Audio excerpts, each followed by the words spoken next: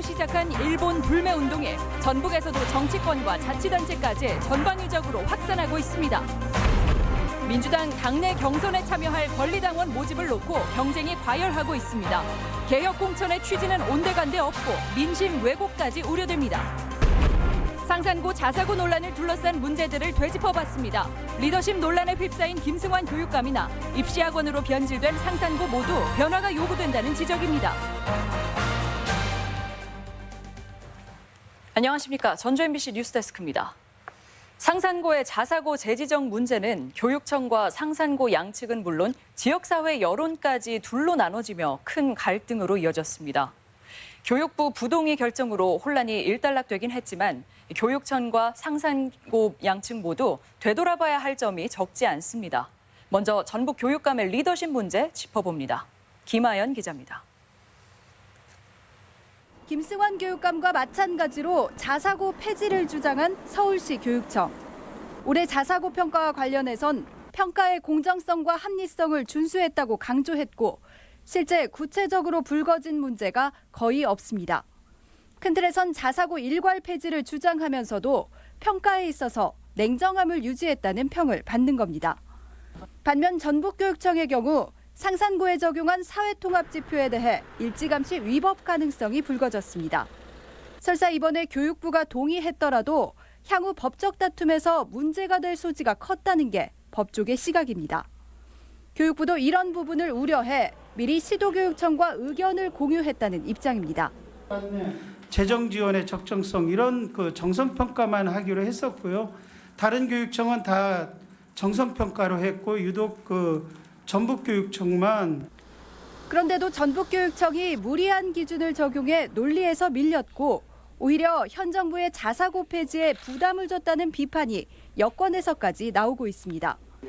상산고 논란이 전국적인 문제로 비화하고 지역 여론이 양분된 데 대해 김승환 교육감 책임론이 나오는 이유입니다. 최근 김승환 교육감은 사법부로부터도 인사 개입 유죄를 선고받는 등 김 교육감이 주장하는 소신과 재량이 법의 선까지 넘어설 수 있느냐는 물음 앞에 서 있습니다. 교육 자치도 법적 테두리 안에 있어야 되는 거고 무소불위에 아무한테도 침해를 받지 않는 게 아니라 사법부나 중앙정부로부터 통제나 관리 감독을 받는다는.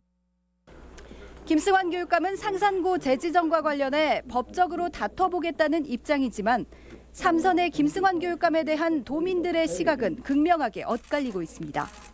MBC 뉴스 김아연입니다. 상산고는 교과 과정 등에서 자율권을 보장받도록 돼 있지만 결코 지역사회와 동떨어져 존재할 수 없다는 게 이번 재지정 논란에서도 확인됐습니다. 입시 학원부터 재수생 양성소까지 상산고를 향한 사회적 평가를 냉정히 받아들이고 개선해야 한다는 지적입니다. 한범수 기자입니다.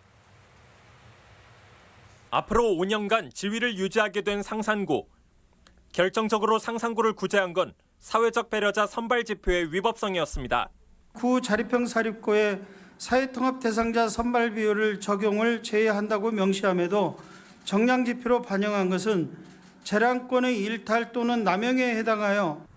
하지만 법적인 논리와 별개로 상산고가 사회통합의 의무를 다했는지에 대해선 의문이 제기됩니다. 상산고의 등록금은 연간 600여만 원, 기숙사비를 합할 경우 1,100만 원이 넘어가는 게 현실. 이처럼 자사고의 경우 경제력에 따른 교육 격차를 만들 수 있다는 점 때문에 사회적 배려자를 의무적으로 뽑아야 하고 정부는 이 비율을 10%까지 확대할 것을 권장하고 있습니다. 하지만 상산고의 사회적 배려자 선발 비율은 법적 기준인 3%를 겨우 맞추는 수준에 그칩니다. 지난 2015년부터 최근까지 상산고의 사회통합 전형 모집 정원은 전체 정원의 3%에 불과했고 실제 합격자는 이보다 적은 2.39%였습니다. 사회통합 기능을 적극적으로 수행했는지를 볼 때 귀족학교라는 비판을 받을 수밖에 없는 이유입니다. 다양성이 강화되는 사회이기 때문에 그것 자체가 학교 내에도 그대로 드러나는 게 좋습니다. 사회자 전형을 최소 저는 10% 교육부에서 권장했던. 재지정 논란을 겪은 상산고가 이번 교육부 발표에 고무되기보단 진정 우리 사회가 필요한 인재를 키우고 있는지, 역할은 다하고 있는지 치열한 반성과 노력이 필요하다는 지적입니다. MBC 뉴스 한범수입니다. 일본 제품 불매 운동의 기세가 전북 지역에서도 심상치 않습니다. 시민들로부터 자발적으로 일기 시작한 불매 운동이 이제는 정치권과 자치단체로까지 전방위적으로 확산하고 있습니다. 조수영 기자입니다. 일본에 가지 않거나 일본 제품을 사지 않는 등 일본을 보이콧한다는 노노제패는 최근 시민들에겐 하나의 삶의 규범으로 자리 잡았습니다. 현실 경제에도 큰 영향을 미치기 시작했는데 여행사들의 경우 일본 여행 상품 판매를 사실상 중단하기도 했습니다.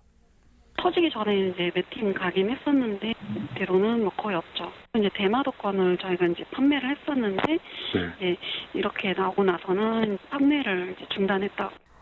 시민 자발적으로 시작된 일본 제품 불매 운동은 개인 차원을 넘어 자치단체로도 확산되는 양상입니다. 당장 출장과 연수 등 일본과의 교류가 전보다 눈에 띄게 조심스러워졌습니다. 그런 건 있는 것 같죠. 일본으로 예를 들어서 뭐 문화 교류 행사가 있거나 그러면 이제 좀 연기하든지 그런 분위기들은 있죠.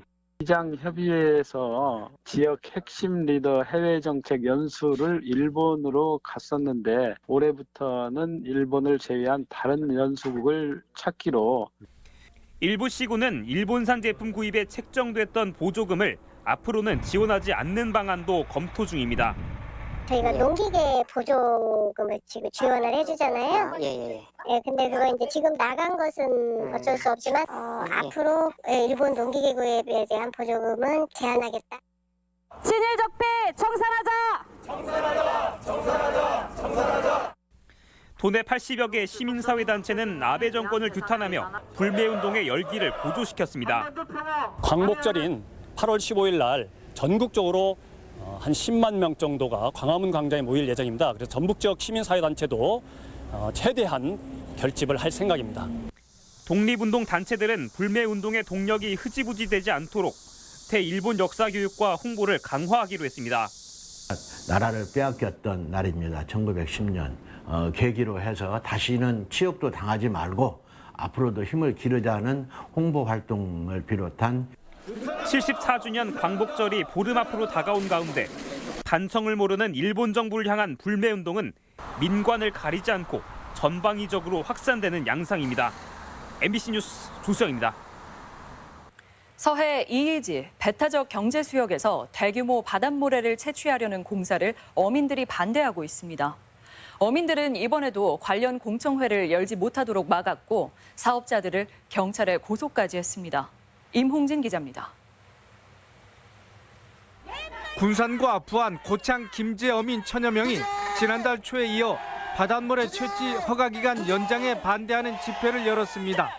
어민들은 바닷모래 채취가 어족자원 서식과 산란을 막아 어업 생산에 막대한 지장을 초래한다고 주장했습니다. 또한 특정 해역에서 채취가 집중돼 해양 생태계가 급격하게 파괴되고 무분별한 개발이 이어졌다고 규탄했습니다. 허가 기간이 지난해 말로 종료된 이후 작업이 중단됐어도 골재 수급에는 별 지장이 없었다는 점도 내세웁니다. 수자원공사나 골재 채취업자들이 싼 것을 찾기 위해서 힘없는 우리 어민들의 모래를 산란장을 파괴하고 있는 것입니다. 어민들은 골재 채취 공사를 주도하고 있는 업자들을 불법 채취 혐의로 해양경찰에 형사 고소했습니다. 지난 2004년부터 6,200만 세제곱미터의 바닷모래를 채취한 골재업자들은 앞으로 5년간 3,500만 세제곱미터를 더 파내려는 계획을 세웠습니다. 이를 위해 해양 전문가 등이 나서는 공청회를 개최했지만 이번에도 무산됐습니다. 해역 이용 영향 평가서를 작성하는데 굉장히 어렵게 해놨습니다. 그래서 예전처럼 그냥 적당해서 가는 게 아니고 과학적인 근거나 조사가 되지 않으면은 협의 안 해줍니다. 서해 골재 채취 단지 추가 지정은 주무부처인 국토교통부가 이해 당사자가 참여하는 민관협의회를 구성한 이후 허가 여부를 결정할 전망입니다. 어민과 골재 채취업자들의 주장이 평행선을 달리고 있지만 정부가 중재나 조정 역할을 하지 못하면서 바닷모래 채취가 사회 문제화하고 있습니다. MBC 뉴스 임홍진입니다. 농심이 새우깡의 원료를 전량 미국산으로 쓰기로 한 결정을 전면 백지화했습니다. 농심 측은 전라북도와 군산시가 군산 꽃새우의 품질을 보장한다는 전제로 꽃새우를 납품받기로 합의했다고 밝혔습니다.